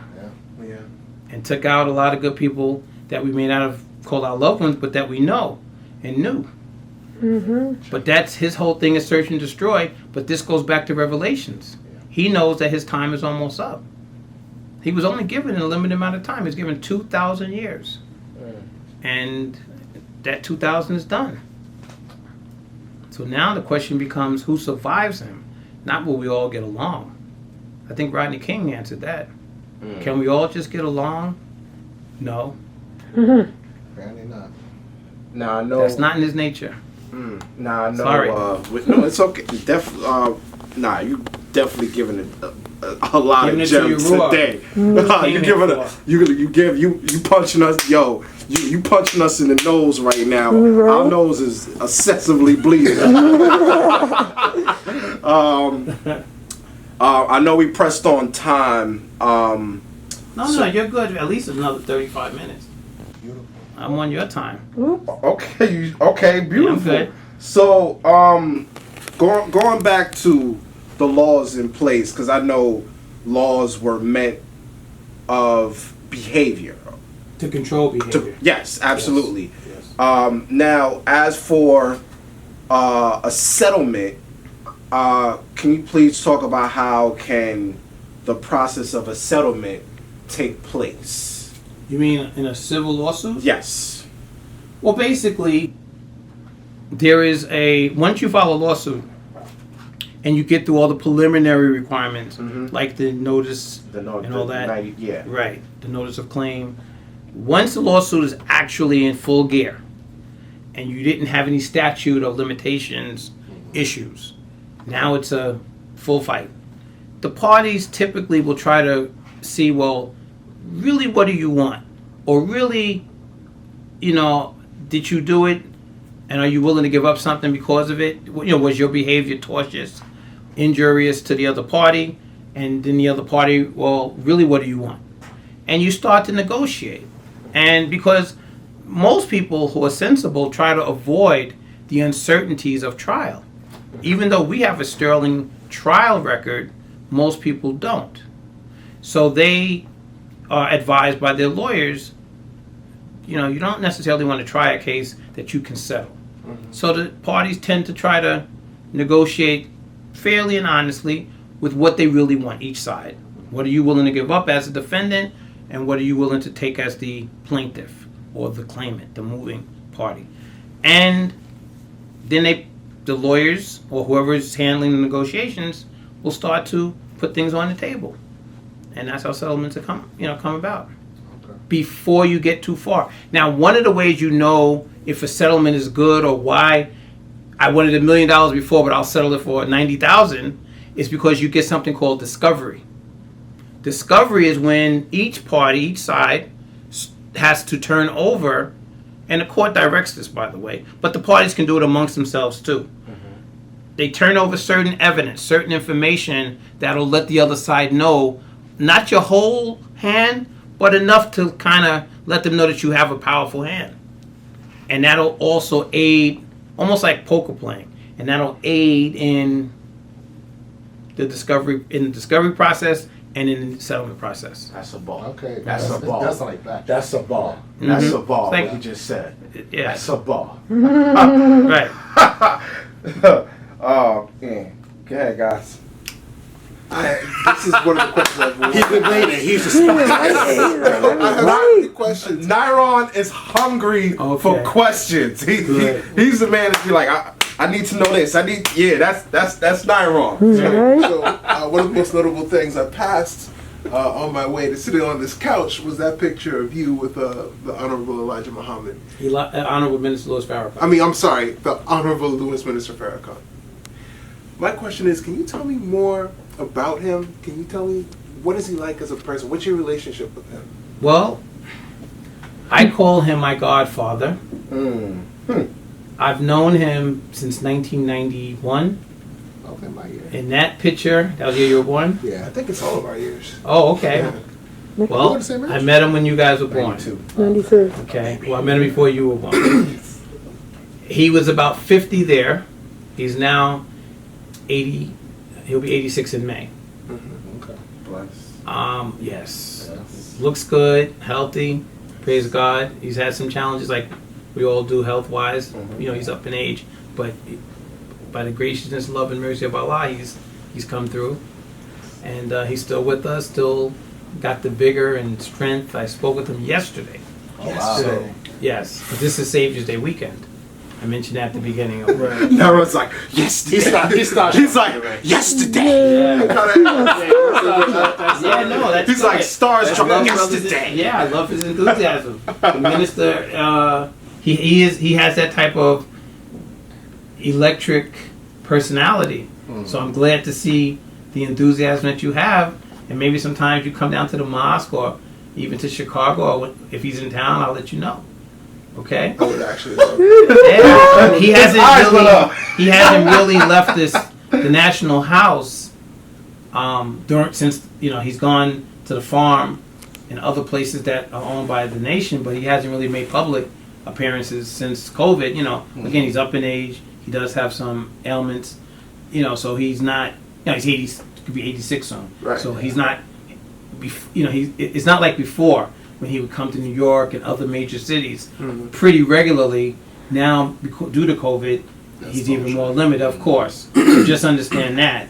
But if it were to happen, I'll let you know. Okay, down the line, the next, I don't know when, but when things kind of cool off. Your Sundays just made Now, there are going to be some listeners that's listening to this and watching this, Right. probably going to ask you or probably call you when they get your social media and, phone Right. call. Because after when this podcast is over, what's your, social media, Right. the final I'm gonna give thoughts, you that information. everything, yes. Okay. And for younger viewers, we're at the tail end of the millennial generation, and the generation after us, and the generation after us is Gen Z. Could you share a little bit about why Louis Farrakhan is important to the black community? His Sure.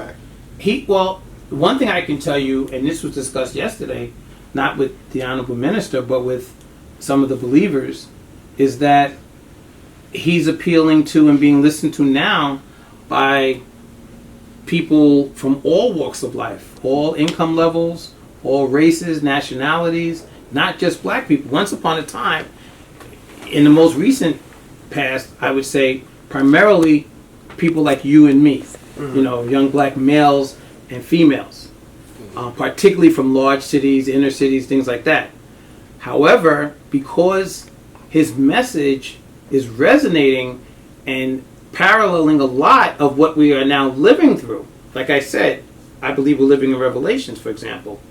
A lot of people who recognize some of the things that he said, some of the things that the Honorable Elijah Muhammad has said in the 60s and 70s, they're now being proven or made more clear, abundantly clear to the public.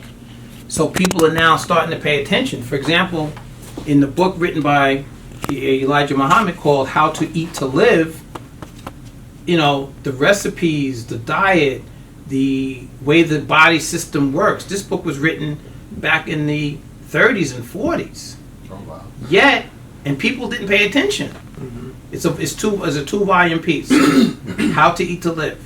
Yet now, those nutrition facts are being borne out. That the body shouldn't, you shouldn't inundate the body with food 3, 4, 5 times a day. It's too much pressure on your digestive system. Right.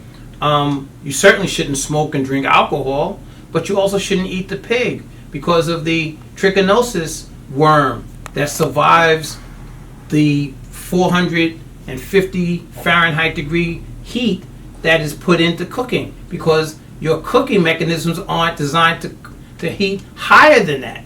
So when you cook a pig, you're still not hot enough to kill this worm, which will then get into your own muscles, the heart muscle, the motor muscles.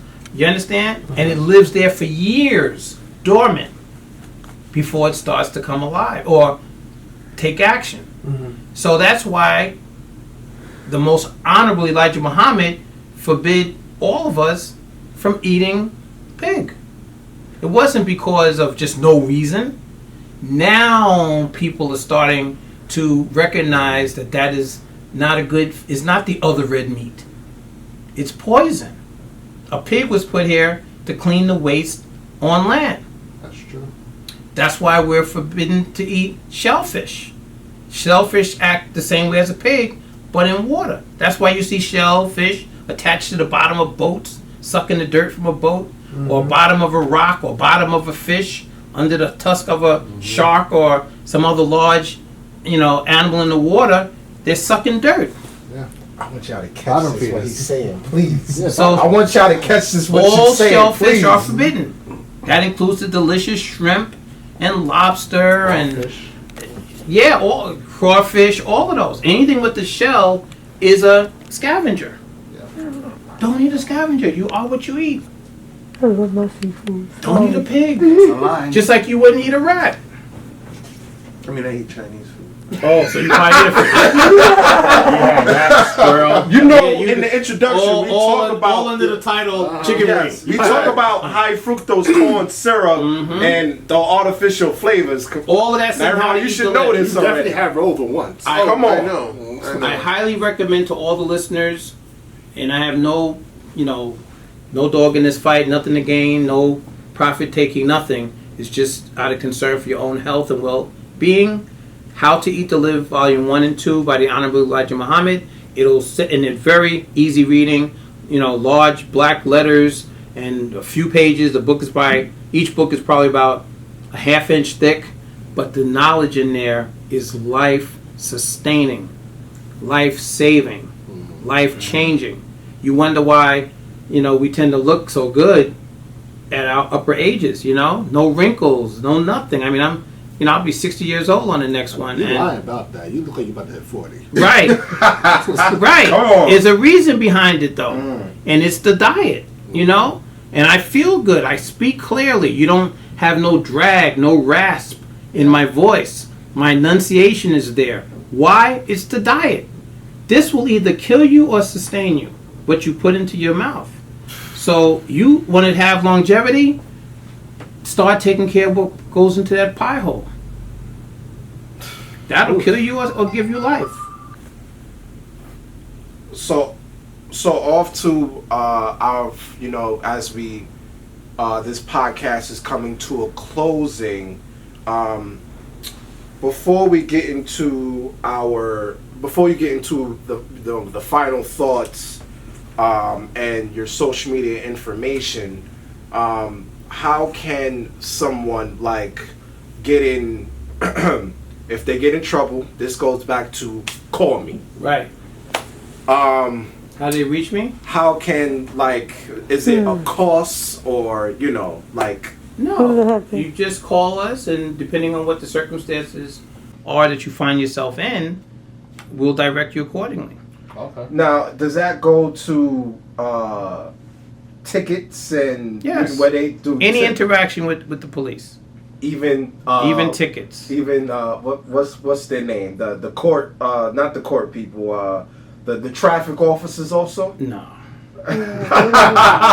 Don't call me for a parking meter. Or you park at the bus stop, and then you end up, unless you slap the meter person and get arrested, then you can call me. But no, parking tickets and things like that. Yeah, okay. Yeah. What do you cover as far as legal things? What do you cover? Crimes and misdemeanors. Just that's it? No. Well, if you look on the back of one of my cards, I see it. Yeah. it'll tell you everything that we cover. Also, too, do you handle work compensation? Yeah, we do a select number of workers' compensation cases, but primarily we do criminal cases, landlord-tenant matters, especially now. That's the point. Right. Yeah, we do For those wills. who don't know, the back of his card says criminal defense, family law, real estate, wills, contracts, landlord/tenant personal injury, entertainment law, and notary services. So Right. And that's just because the cards are small. It's totally big. Right? Yeah. Totally. And please, before you guys go, take a pamphlet, Absolutely. and that'll give you a little more Absolutely, yes. background Absolutely. Yeah. into what we do. And we've also done a lot of civil rights cases, as you can see around the room here. Let's go. We've done a lot of matters. The room is too small to cover all the We Yeah. definitely cases that we do. So Nyron, TC, last questions. I know our videographer has a question also. Okay. Not now. I'll have it later. So get into your questions, and then after we're gonna do final thoughts. Okay. And your social media information, all your information, how we Platforms. reach you, everything. Right. Okay. Okay. Well, I mean, I have so many questions, but I can break it down to two. I can either ask you a question about Farrakhan, or I can ask you your question about your thoughts on the idea of Pan-Africanism. I don't know which one you would prefer. Your best question. Whichever. Yeah. Which one is best for you? The best All right, best question. So you know what? I don't know too many people that know Farrakhan. So just Pan Africa. make it easy for you. She's funny. No, So just like on a personal level, what is he like? Just like as a man, you know? Yeah. He's very even-tempered, very wise. When you're around him, you get the feeling of, and I've never, of course, been in the presence, let's say, one-on-one with God, but you get the feeling that you're definitely in the presence of a spiritual person who's connected. Okay. You know? You don't get the feeling like Reverend Chickenfoot just calls himself Reverend, and then you sitting there, and he's just like, he could be anybody. You know? You know what I'm saying? And I've been around enough of them where it's no special anything. It's just that he calls himself Reverend, I call myself lawyer, and that's it. Right. But Minister Farrakhan, you know that there is something godly, and there's something spiritual, and there's something, he's connected. You know? Because, number one, his history and the works he's done, and the people who have, the enemies of him, and of truth, and of Islam, and of, you know, someone who is really bona fide and qualified. You know, here's a man who been married to the same woman for over 60 years, who has raised 9 children, multiple grandchildren and great-grandchildren. You know, always been with the same woman, faithful to this woman, faithful to his family, faithful to his faith. Resurrected the Nation of Islam in the name of the Honorable Elijah Muhammad, and in the way that Elijah Muhammad wanted the Nation of Islam to go. He never veered, even though he came up, Minister Farrakhan came up against a lot of opposition to that. He's not a blood relative of Elijah Muhammad. Elijah Muhammad had sons, Minister Farrakhan's age or thereabouts. They may have wanted that. But Minister Farrakhan took up the mantle and carried Elijah Muhammad's vision forward based on how he was taught by Elijah Muhammad. And he never wavered from that, no matter what the opposition was, no matter what the financial circumstances were. And he's been very bold in his truth. When you hear him speak, you know, he's going up against governments. That's why when you hear me say things, it's nothing. I mean, I get my strength from people like him. And there aren't no people like him. So I guess I could say I get my strength from Look at him as like from the him. last of a guy in Greece. Oh, he was the first and the last after Elijah Muhammad, because he gets everything he's about directly from who he calls his father, Elijah Muhammad, who it is said was taught by God and then passed it on to the minister. So to be around him, and I'm not one of those people who is enthralled with people so easily. So I'm accustomed to, you know, being around well-known people, well-known politicians, world leaders, established people. I've represented a lot of folks. Somebody wrote a book about me called And Justice for Some, the Stephen G. James story, in which they chronicle some of my representation of, you know, world leaders and movers and shakers in the United States and other places. So I've been around international folks of means and power, but nobody like the Honorable Minister. And he's so humble. You know, he's not like somebody with his chest poked out. He'll sit here and have this conversation with you like you and I are having a conversation. That's what makes him so honorable, because the man is real and he's humble. But yet you know you're in the presence of something special. It's like being, like I said, I can't say it's like being in the presence of God, because you'll say, well, how do you compare that? When was the last time you were in the presence of God? Right. But you definitely feel something inside you that brings your whole game up, your whole level up, your whole spirit up. And you leave there floating on air. And this is 30-something years later. Wow. Same feeling. So, if you're serious about that offer of me meeting him, I'd love to go to absolutely. Absolutely. Let's get past the pandemic. Right? Hey. Absolutely. That's the best we can do. You know, I mean, and Minister Farrakhan is super approachable. I mean, the problem is that the pandemic is going on, so people are, you know, Yeah, protective, obviously. Absolutely. But aside from that, I mean, there would have never been an issue. Could have gone to number 7 when he was in town, or wherever. I mean, we're at a house playing the piano. That's not some formal meeting. We're just chillaxing. And somebody, I don't even know who, I think it might have been the owner of the house, who at the time was the captain of the MGT, the Muslim Girl Training Program for New York, for this region. And I think we're at her house. And we're at her house, but I think she might have taken that picture. Otherwise, there'd be no pictures of him and me. Because we would just, you know, just doing what we do. You're just relaxing. Right. We never thought, take a picture. I didn't think about that. But somebody said, hey, guys, look over here. Because the minister was playing the piano. He's sitting at a piano.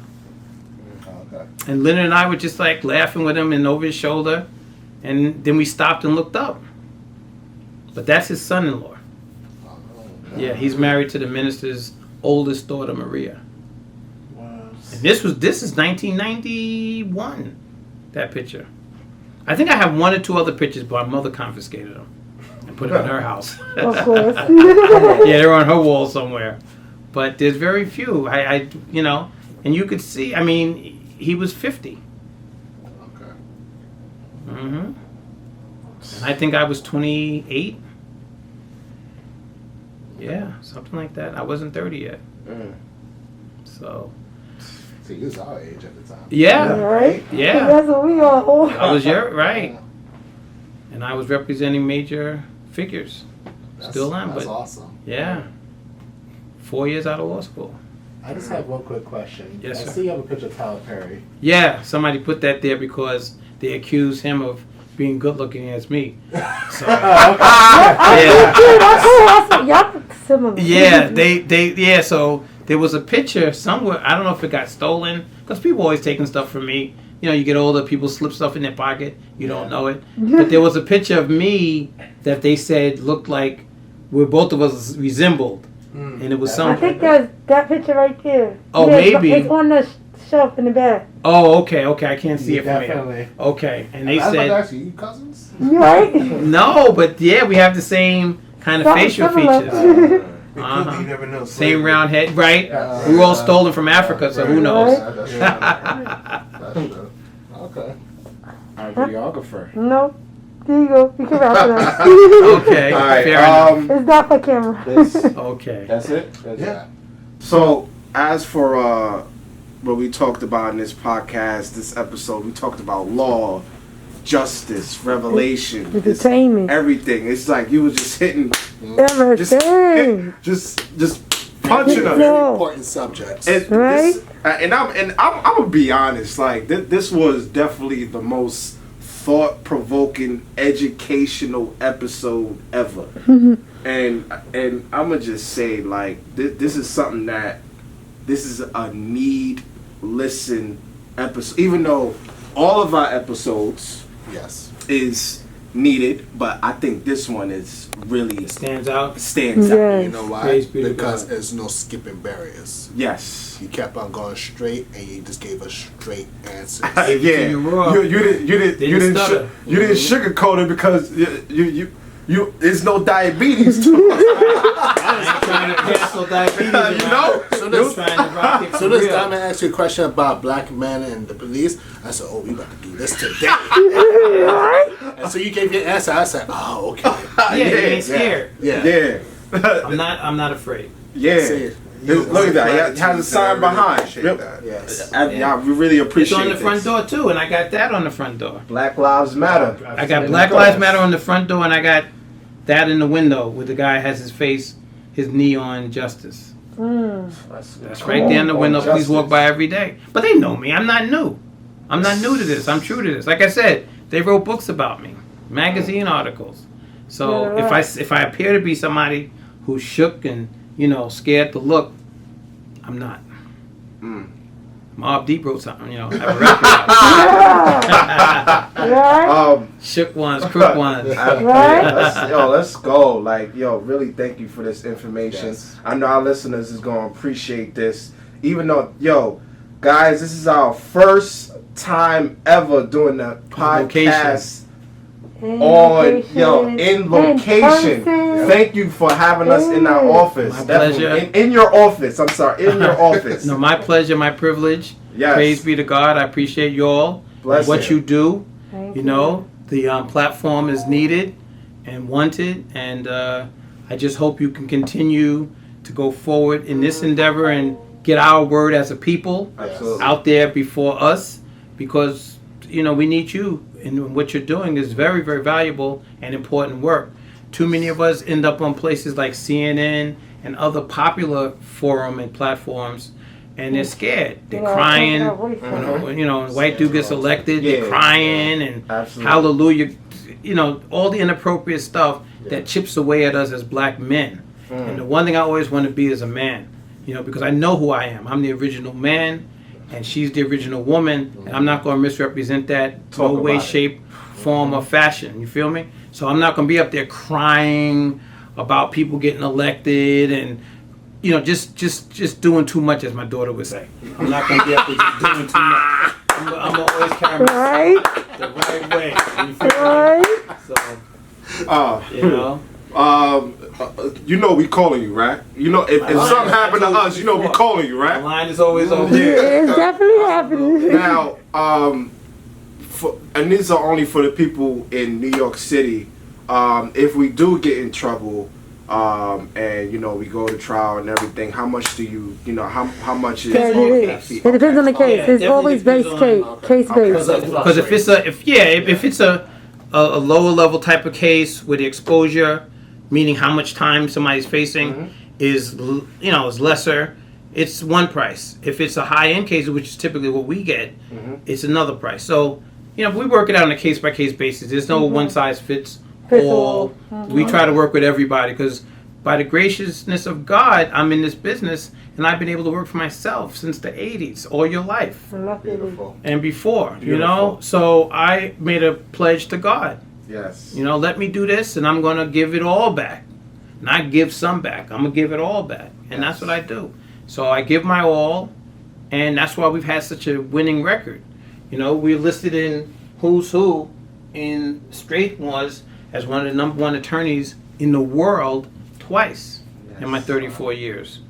And I'm very humble with it, but I'm effective in court. Because you're going up against the devil. So This we man, got to this know guy, Black History, Black excellence. You know who I am. Yo. I'm telling you. Yeah. Thank you, yo. Thank you. Thank you for this. Now, social media, everything just. Well, all I have is again, my age is showing. All I have is Facebook. I don't have Instagram, IG and all those things I don't have, but I do have Facebook. That's better for your health. Probably. Right. Yeah. I'm always interested in good health. That's a true. Always interested in longevity. Right? So, Facebook, you can reach me. Law firm is Stephen G. James. We pop up. You can reach me at my office, of course, which is the phone number 646-905-9000. That's 646-905-9000. And we're here in Jamaica, Queens on Sutphin Boulevard, right across from the Supreme Court. And our address, if you want to write to us, is 87-66 Sutphin Boulevard, Jamaica, New York, 11435. Law firm of Stephen G. James and Associates, PLLC. Let's Okay. go. Amen. Let's All go. right. Let's That's go. so smooth. I, So smooth. I don't want to take things away, because I know we are in New York. We do have listeners in California, Texas. How can, just real quick, how can they get wonderful lawyers like yourself? They can always hit me up on Messenger, Facebook, call me directly here at the office, and talk to me. I take calls, just like I took your call. I'm relatively easy to reach as long as I'm in town. And again, I do go all over doing cases. Wow, I'm even very Texas, recent. California. The Wow. Escobar family recently retained us. in Really? Colombia. Yes, Those Escobars. the one and only. So I was there with the family. Don't put this on your thing, but I'll show you stuff. You know, I got the receipts. But we go all over. So you know, I'm a hired gun. Have gun, will travel. As long as they're willing to, you know, saddle up and settle up, we'll do it up. Thank you. Yeah. Yes. Okay. Ooh, yes. I'm serious, but I just want to hit any last. I'm sorry. It's like so. Any last words? Just last. Just take it away. Just take it away.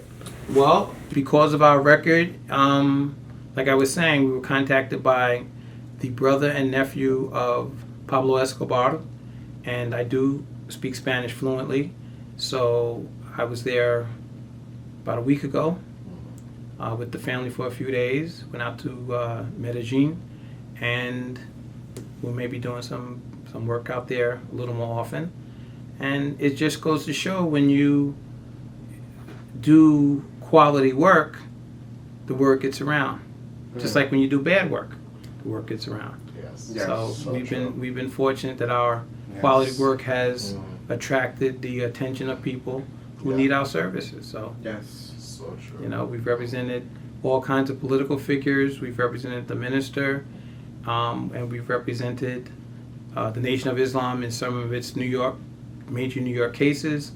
And we probably be doing some work with that family. More people. You know. All right. Some more to go. 7G James, y'all. Thank you so much. Thank you for having us. Right, yes. My pleasure, my privilege. All praise is due to God. Thank you for having me. All right, y'all. That's it. That's a wrap. That's a wrap. Episode 20. On location, episode 20, y'all. Don't That's miss it. episode 20. That's it.